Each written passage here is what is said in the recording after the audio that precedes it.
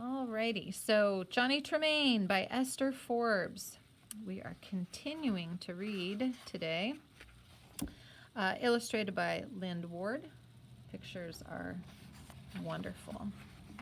We are in Chapter 2, The Pride of Your Power, and Section 5 is where I'm going to start. And the tragedy happened yesterday, or in the previous chapter, the previous sections. So Johnny, because Dove on purpose took the cracked crucible and gave it, he wanted Johnny to fail, and so Johnny did fail, also due to his own slipping of the wax. He was not cleaning up as he normally did. It had melted, it was on the floor, and he normally would clean up as he went along, but he slips in the wax and puts his hand in the hot silver, and when he looks at his hand, he sees that it's covered in silver. It's like a silver hand all on the front, and so it's burned. It burns his flesh. He's so badly burned. Then he lays in the birth and death room while they get the midwife from down the wharf to care for him. And over the next month, he is recovering, and he's really in a lot of discomfort, pain, and he cannot use his hand. It's grown together. The skin has fused here, and it's all turned in on itself. It's like crumpled, so he can't really use it. So this is what some might say is his punishment for being so arrogant and rude to people. So, Section 5. At first, Mrs. Lapham tended to humor the poor boy, as he preferred the birth and death room to the attic with Dove and Dusty. She had let him stay on. He had never in all his life slept in a bed alone, much less a whole room. He wanted to be alone. There was one trouble with his new quarters. When Mrs. Lapham came down to start breakfast, she always began by getting him up. "Get into your clothes, you lazy boy. Stop by at Deacon Parsons for a quart of milk. Get to the town pump." Okay, so wow, she has really changed. This is a totally different side of her that he has not seen before, because she was all about having him complete the order. "Johnny, you do it. You're so amazing." And now look at her. She's saying, "Get into your clothes, you lazy boy." Soon enough, she was addressing him as a lazy good-for-nothing, a lug-a-bed, a worthless limb of Satan. Such words poured out of her absent-mindedly, but never in the old days had she called Johnny such names. The boy, least necessary in the shop, had always done chores. Okay, so everybody has to do tasks, but chores are a different thing. Now both Dove and Dusty were more valuable than Johnny Tremain. Every morning he put on the heavy wooden yoke, trudged over to North Square for drinking water. Now for the first time he learned to handle a broom properly.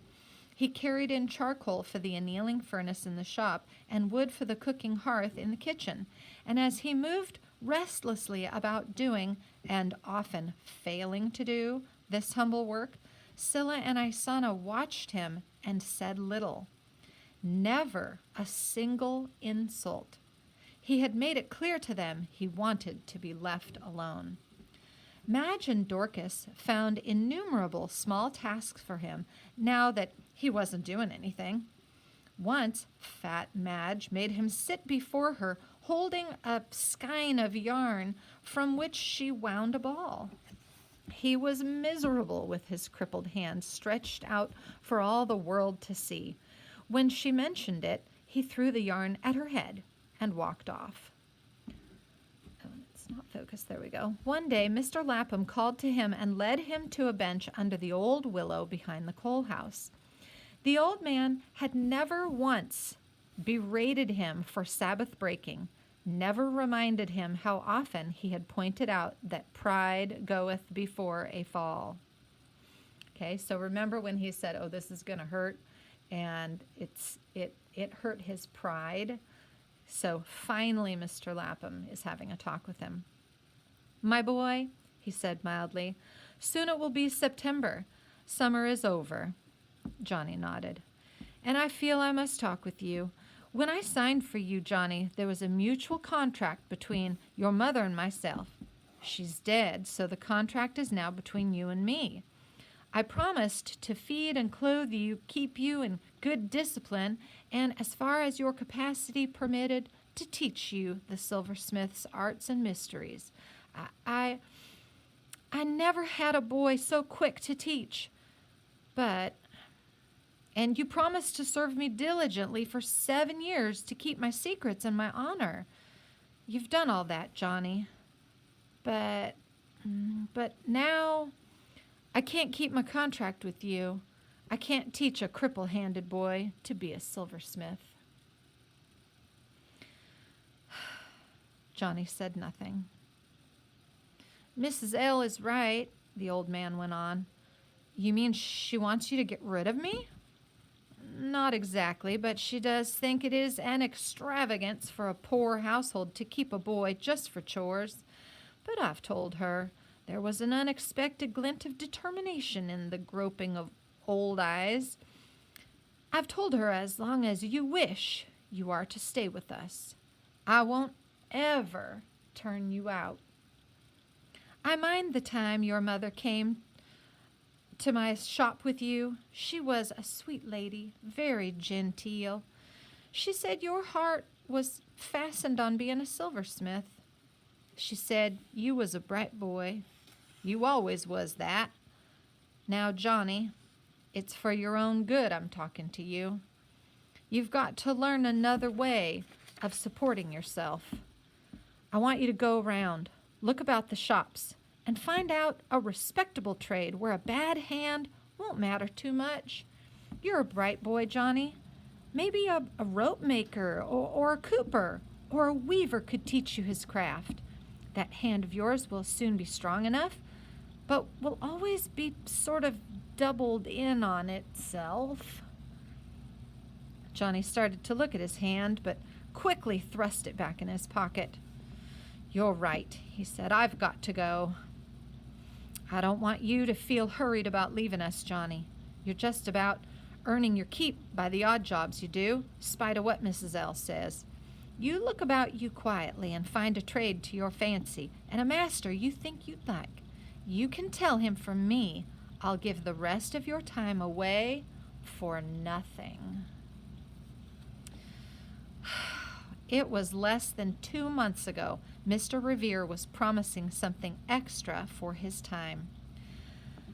Mrs. L doesn't like it the way you loiter off and go swimming, but you loiter and swim all you have a mind, just so you get the chores done and settle down real hard to finding yourself a new trade.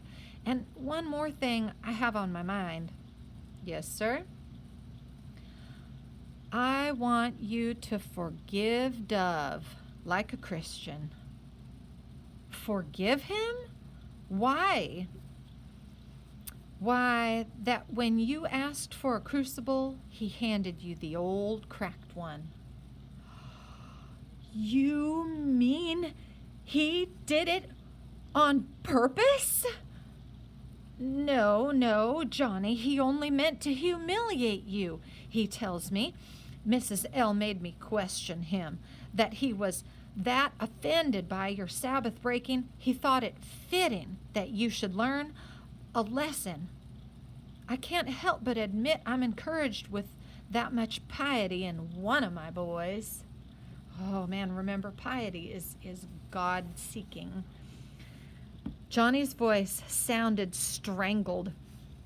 Mr. Lapham, I'm going to get him for that.